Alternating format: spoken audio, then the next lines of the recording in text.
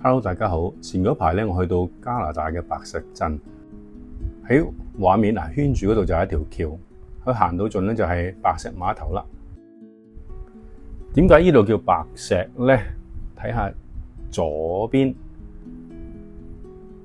一個大嘅白石，就因為呢個石頭咧，就呢個區咧就用呢個名啦。呢度環境好舒服。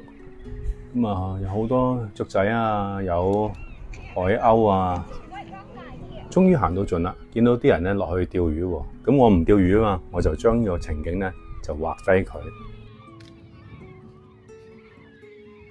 我上網查過，點解白石嘅石頭係白色咧？相傳就係好多雀鳥踎喺上面咧大便，所以就變咗白色。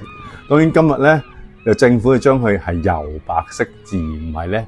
係糞便啊！所以你下次嚟到咧，你可以行過去啊，唔使驚啊！